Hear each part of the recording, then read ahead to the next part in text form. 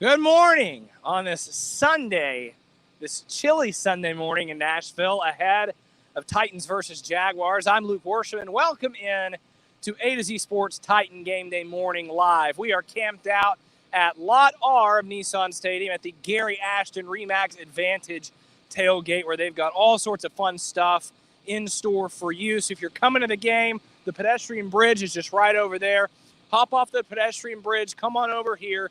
The Gary Ashton tailgate. They've got food, they've got games, all sorts of fun stuff to get you in the mood and to get you ready for Titans versus Jaguars this afternoon. Good to see everyone hopping in this morning. We're brought to you on Titan Game Day Morning Live by Two Rivers Ford, by Gary Ashton's team at Remax Advantage, and by DraftKings Sportsbook. What we're going to be doing this morning is the same thing we do every morning at around 9:50 on Titan Game Days, is we're going to talk about three keys to the Titans getting a win in this game. We're going to go over the three keys that the Titans need to hit to beat the Jaguars in this game. And then after that, we're going to talk about our DraftKings Sportsbook best bet of the game. After that, Buck Rising will be joining the show to give us his thoughts on the game. But let's go ahead and hop right in. Let's not waste any time on this lovely Sunday morning. Key number one for Titans victory against the Jacksonville Jaguars. It's all going to start with number two for the Tennessee Titans today, and that is Julio Jones. It's been a while since we've seen Julio Jones in a Titans jersey, right? He was on injured reserve, which meant that he had to sit out for 3 games. And then after he sat out those 3 games, he had to sit out another week over the bye week. So it's been at least a month since we have seen Julio Jones in a Titans jersey. And what else has happened since Julio Jones last played for the Titans?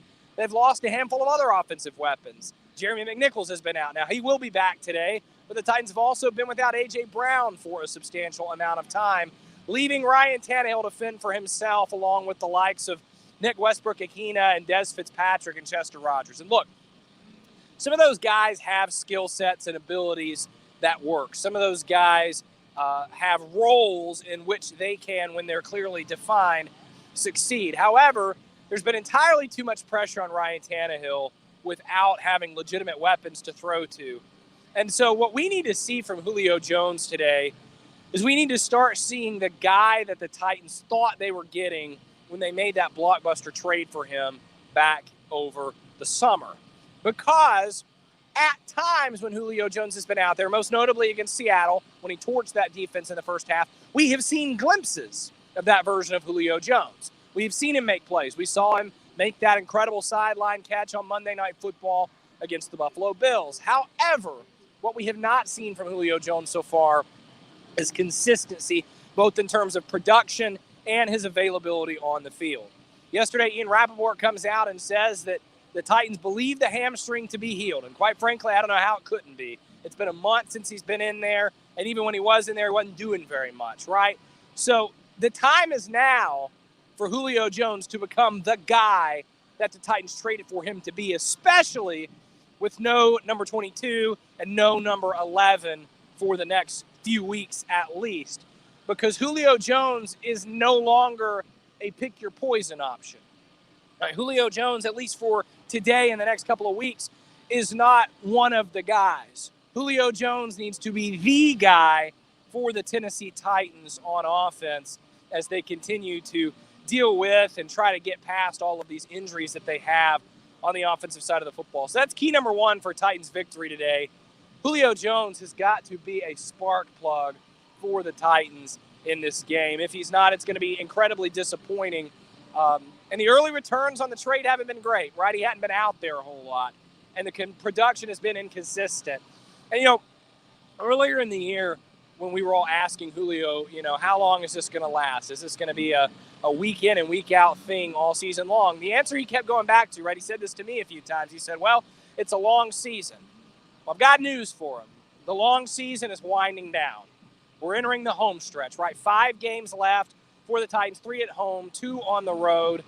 The long season excuse, if you want to call it that, or factor or reason, it's over, right? That's out. We can't hear about long season anymore. It's the home stretch. Mike Vrabel said it on Monday. December football is when the games really start to matter as you make that final push, not only for the playoffs, but if you're in the Titans position where they're number 2 in the AFC, they're also making a push for a number 1 seed. It's time for Julio Jones to start showing up and making a big impact for the Titans, and that is key number 1 for them to get a W against the Jaguars today here at Nissan Stadium, which is where we are right now at Lot R at the Gary Ashton Remax Advantage tailgate, right off of the pedestrian bridge. And Gary wanted me to let you guys know that they are taking up a collection today for the Children's Miracle Network, and all of the proceeds from that will go to the hospitals. Gary and his team won't be taking any of that, so if you are around, be sure to come and contribute to that. We're also brought to you on Titan Game Day Morning Live by Two Rivers Ford. We talk about them every week on this show, and what I always remind you about Two Rivers Ford is that they have non-commissioned salespeople. And the reason that's important is because you know what you get when you have commissioned salespeople? You get pestered, you get harassed, and you get pressured into making a decision that you're not comfortable with. And outside of buying a house, buying a car is one of the bigger financial decisions you are going to make in your life. And if you're someone like me who wants to be careful with your money, who's not afraid to spend, but also wants to make sure that you're always making the best decision for you and for your situation, then Two Rivers Ford is where you need to shop for your next car, because they're not interested in gypping you. They're not interested in making you uncomfortable and pressuring you into doing something you're not comfortable with. What they want is for you to be comfortable. They want you to make the best decision for you and your family. And if you're shopping at Two Rivers Ford and there's a specific color or model you want your hands on that they don't have on the lot, they will order it for you. That is the Two Rivers Ford guarantee. So if you want the most comfortable buying experience in the Nashville area, give Two Rivers Ford a call at 800-900-1000 here on Titan Game Day Morning Live ahead of Titans versus Jaguars. I'm Luke Worsham, Titans reporter for A to Z Sports Nashville. Key number 2 to a Titans victory today. I feel like this has been a key in at least half of our installments of this show throughout the season, and that is that the turnovers have got to stop. You know, we had the coronavirus pandemic in this country. Now the Tennessee Titans are having a turnover pandemic on offense. Over the last 2 games ahead of the bye week, the Titans had 9 offensive, well, I guess one of them was special teams, but 9 turnovers in 2 games. I don't think enough people realize how unacceptable that is, how enormous that number is, and how really embarrassing that should be for the Titans. 9 turnovers in 2 games is patently ridiculous. And the Titans have talked about obviously needing to turn that trend around. But with the way that the Titans played in those 2 games, Houston and New England, and the way that they kept it close until pretty late, you have to think that if they even cut that number down from 9 turnovers to like 3 or 4, that they probably win both of those 2 games. And we're sitting here talking about a 10-2 team instead of an 8-4 team. Now, I know that we can't just play the revisionist history game and go back and say, well, you know, if they'd only done these things, they would have won those games. But the reality is that nothing crushes you more, not just in the NFL, but in the game of football in general at any level, than turnovers. And the Titans have been doing it at an embarrassingly bad rate over the last 2 games. And I don't know what has to change, you know, for that, because the turnovers have come in so many different ways. Some of them have been Tannehill making bad decisions. Some of them have been his receivers being in the wrong spot and setting Tannehill up to fail. We've seen running back fumbles. We've seen a stupid special teams play from Chester Rogers that resulted in a muffed punt recovered by the Houston Texans. I don't know what the fix is here. All I know is that people who get paid a lot more than I do are inside that building right now, and it's up to them to figure out what that fix is. Because as Mike Vrabel said after the Texans game, you're going to lose 99% of the games you play. You turn the ball over 5 times. If that keeps up, you know, forget number 1 seed. This Titans team isn't probably going to win another game. Luckily, you know, 5-4 turnovers is a bit of an outlier number. But if that continues, this Titans team is going to flounder, absolutely. So the turnovers have got to stop. That's key number 2 for a Titans win today. And it's been a problem throughout the season. First couple of weeks, the Titans turn the ball over a ton. And Vrabel talks about, well, you know, we got to add a period to practice where we work on the turnovers even more than we usually would. It kind of subsided for a little while. Now it's rearing its head again. Titans have got to get out of this turnover problem. Because as I've said a couple of times already, 9 turnovers in 2 games, I don't think enough people are understanding how embarrassingly bad that is for an offense and for a team. So that's got to change. Defense could stand to get some turnovers as well, certainly. But 9 turnovers in 2 games, you're not going to win anything when you're turning the ball over at that rate. So that's key number 2. Titans Got to eliminate those turnovers. Got to bring that number way, way down if they want to beat the Jaguars today. That is our second key to a Titans win over Jacksonville as we are hanging out here at Lot R of Nissan Stadium ahead of Titans versus Jags. We're going to get to key number 3 in just one moment. But first, I want to tell you about our friend Gary Ashton, whose face you see on this little truck behind me. Gary's catchphrase that he puts all over these billboards you see all over town is "Don't sell without the intel." And the reason that he's able to put those catchphrases, those billboards all over town, is because he has the best intel to give you if you're looking to buy or sell a home. If you're living in Nashville, you probably know that the real estate market in Nashville right now is extremely hot, extremely competitive. And when you're entering that race, when you're entering that situation, you want to give yourself the best possible competitive advantage that's available to you. And the way to do that is by getting in touch with Gary Ashton and his team at RE/MAX Advantage. Gary is the official real estate provider of the Titans and of the Nashville Predators. He has those distinctions for a reason, as he's walking behind me giving a thumbs up to the camera right now. But whether you're looking to buy, whether you're looking to sell, you can get your dream address without the stress. Don't sell without the intel. Give Gary Ashton and his team a shout at GaryAshton.com. Key number 3 for Titans win today against the Jacksonville Jaguars. We're going to switch gears to the defense for 1 second, because about a month ago, all we could talk about with this Titans defense was the pass rush, right? You guys remember it was they need a nickname, or they the Broadway Bullies, or they the Tickle Monsters, right? The Jeffrey Simmons for Defensive Player of the Year, right? You know what we haven't been having in a while? Those types of conversations, because this Titans pass rush has gone to sleep over the last 2 weeks. Now, the last 2 teams the Titans have faced, New England and Houston, did not exactly make it easier, and the way they play don't exactly make it easy for an offense, or rather for a defense to get sacks. Houston moved the pocket a lot with Tyrod Taylor, and the Patriots get the ball out so quick that it's hard to get that pressure. But the problem is that this Titans defense wasn't really doing anything to affect the quarterback in those games, whether it was related to sacks and stunts or anything else. I talked to a few players this week and Shane Bowen and sort of asked, when you face those teams like New England and like Houston who make it hard to get sacks, what do you do to affect the quarterback? And they all talked about, you got to find other ways, right? You got to get your hands up. You got to find other ways to affect the quarterback.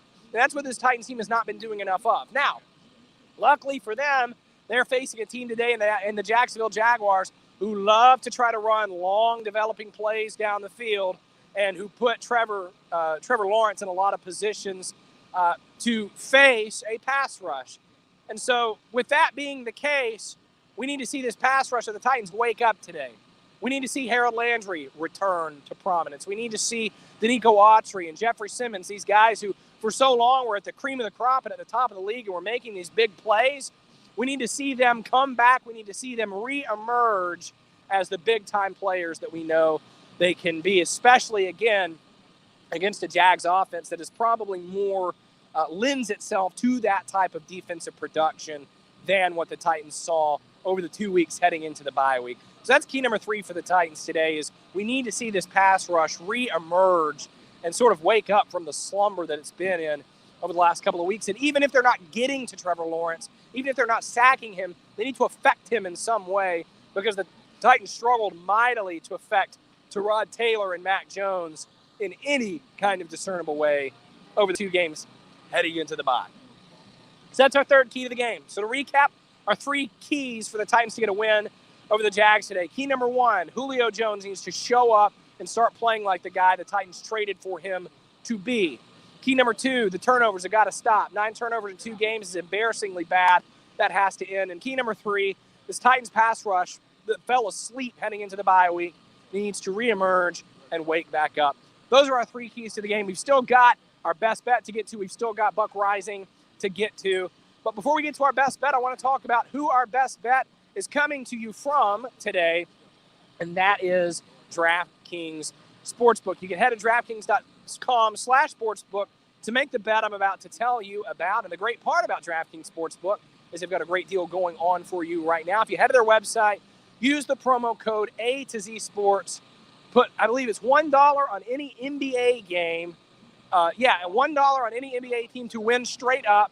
And when that happens, that $1 becomes $150 in free bets on DraftKings Sportsbook. It's a great deal to take advantage of. Again, $1, any NBA team to win outright. When that happens for you, that $1 becomes $150 in free bets. It is only with the promo code A to Z Sports at DraftKings.com/sportsbook.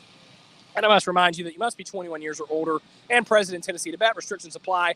See DraftKings.com/sportsbook for details. And if you or someone you know has a gambling problem and wants help, call or text the Tennessee Red Line at 1-800-889-9789. Our best bet of the game, Ryan Tannehill, over 1.5 passing touchdowns. I was honestly kind of shocked when I saw that number as I was looking through the props ahead of this week's game because the Titans are playing the Jags, and the Jags stink. You're getting Julio Jones back. You're getting Jeremy McNichols back, another weapon in the passing game. I think we can expect Ryan Tannehill to throw for 2 touchdowns against the Jags team that's really not all that good. And again, there's no more Derrick Henry for the time being, so you're not really worried about him vulturing those red zone opportunities. So I think it's a more than fair bet to take the over on Ryan Tannehill having a touchdown and a half today. I think we can expect Tannehill to have 2 touchdowns. So be sure to head to DraftKings.com/sportsbook. Hit the over on Ryan Tannehill's touchdown total for today and make yourself some money. And again, promo code A to Z Sports at DraftKings Sportsbook. Put $1 on any NBA team to win. When that happens, that $1 becomes $150 in free bets only on DraftKings Sportsbook. All right, we've hit our 3 keys. We've hit our best bet of the game. We're about ready for Buck Rising to make his appearance on the show as he is just over here. We will wait on him in just one second. But, as we kind of look at this game as a whole and talk about what we can expect to see and what this game means for the Titans, I'm not going to come out here and guarantee anything. I'm not going to come out here and predict anything. But what I can say firmly is that the expectation for the Titans in this game today should be dominance. This is a Jaguars team that they should dominate. And quite frankly, anything less than that is not meeting expectations for this Titans team. And as I want to talk about with Buck in just a second, these reports that are coming out about the dysfunction that exists right now within this Jaguars organization, this is a team, if you're the Titans, you got to pounce on them, man. You can't let them hang around. You got to make stuff happen. You got to be able to put them out of their misery early. You can't let this team hang around because they have nothing to play for. They have nothing to live for. This is a team with Trevor Lawrence, the first overall pick of the draft, who has been very, very underwhelming this year. This is a team the Titans should be able to handle, especially with all of the dysfunction that is going on that is surrounding them right now. And again, I think anything less than that, if the Titans come out and stumble around and this game is, 15-13 in the fourth quarter, I think you got to be disappointed in the Titans because I realize, any given Sunday and, these guys have pride and whatever, but the Titans should be significantly better, visibly significantly better than this Jacksonville Jaguars team when we watch them play in just a couple of hours. So that's what we need to be paying attention to. That's what we need to be focusing on as the Titans and the Jaguars face off later this afternoon. And, Trevor Lawrence, we talked about him a minute ago and how this Jaguars offense puts him in a lot of positions to drop back and face a pass rush. And the results of that have not been good. If you take away the 3 touchdowns that Trevor Lawrence threw in week 1 against the Houston Texans, with over 400 passing attempts since then, Trevor Lawrence has 6 touchdown passes. That's really bad. And I know that that's like box score scouting, and, you can go back and watch the film and say, are they putting him in positions to succeed? But the reality of the situation is that that's really, really bad. And it would be embarrassing almost for that trend and for that stat to get reversed against the Titans today. This is a team that the Titans have dominated. Titans haven't lost to the Jaguars since very early in the 2019 season. And there's no excuse, no reason. I don't care how many injuries there are. I don't care who is or is not out there, what does or does not happen. There is absolutely no excuse that makes any sense for why the Titans should not only not lose this game, but also not dominate this game. As here comes Buck Rising to join us. The other mic is out. Okay. It's going to be interview style again today. Let's do it. We're going to have to troubleshoot. Make sure you're in the shot. Okay. You let me got know you. where I'm at. Well, you got the view there. I got it. We were just talking about how underwhelming Trevor Lawrence has been this year. Sure. And I know it's box score scouting, but since that Texans game in week 1, over 400 passing attempts, 6 touchdowns, that's horrific. And that trend can't just reverse itself today against the Titans. Yeah, I mean, this is the thing for Trevor Lawrence. He's playing on a bad football team. And because the team and the talent around him is poor, and I'm sure you've talked about the Tom Pelissero report on Urban Meyer and everything that's going on with the Jags coaching staff, there's just not a lot to help him right now. Now, if you're a Titans fan, you love that. But today, against a pass rush that is still above average, even without Bud Dupree and Harold Landry working through some of his own injury stuff, they can't allow Trevor Lawrence to do what Mac Jones did, which is get in rhythm, easy access throws over the middle of the field. They have to disrupt the quarterback. And to see Danico Autry coming through the week of practice and Harold Landry, that's going to be your best advantage over the Jags today. You know, when the Titans lost to the Texans the last time we were here, I was maybe not willing to excuse that away, but I was more willing to say, okay, it's the letdown game from Vrabel. We get those every now and then. They happen. They don't show up against a bad team. I have very little patience for that against this team because of what you mentioned, the Pelissero report where Urban Meyer's in there acting like a beta male in front of his coaching staff, telling them to declare how they are a winner. And like with that kind of dysfunction going on, you can't lose to a team like this and then start talking about, number 1 seed and all this stuff. I've talked to a lot of people at Ohio State about, what that relationship was like with Urban and Mike, and it sounds like there was some of that from Urban with Mike Vrabel on the coaching staff. And Luke, you and I have worked with Mike long enough to know that that's not how Mike Vrabel does things. So it is today an interesting matchup, but Mike Vrabel is a plus on the sidelines more often than not. I think everybody who's listening, whatever your quibbles are with Mike or how he carries himself or, walking off a press conference or 2 maybe on Friday.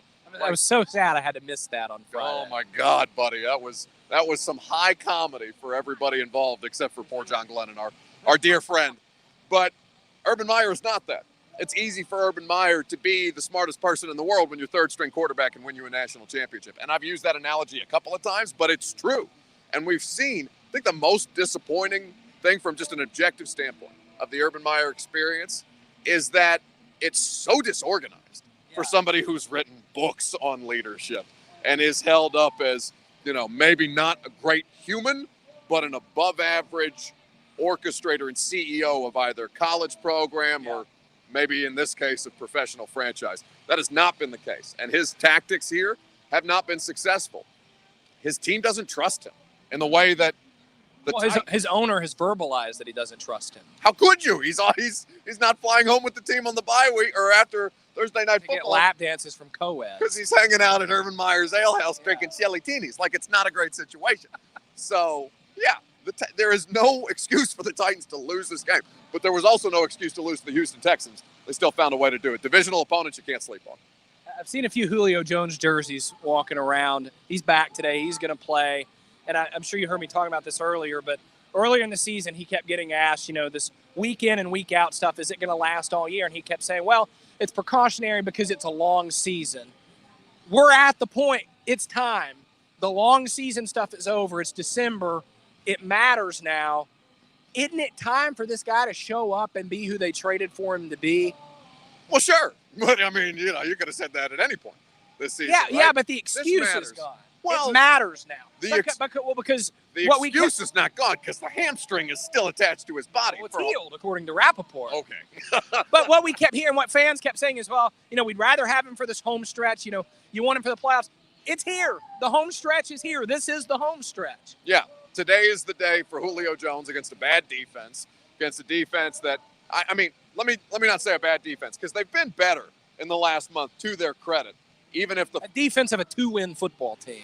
That's the best way to put it. So you can have success, and even if it's not statistical success from Julio, create for others. Create opportunities for others. to where your leading wide receiver, Nick Westbrook-Akina, isn't 25 yards against the Patriots. You have to allow him, the threat of him, to exist, even if he's not the one doing things with the ball in his hands. That's important. That's what he's famous for.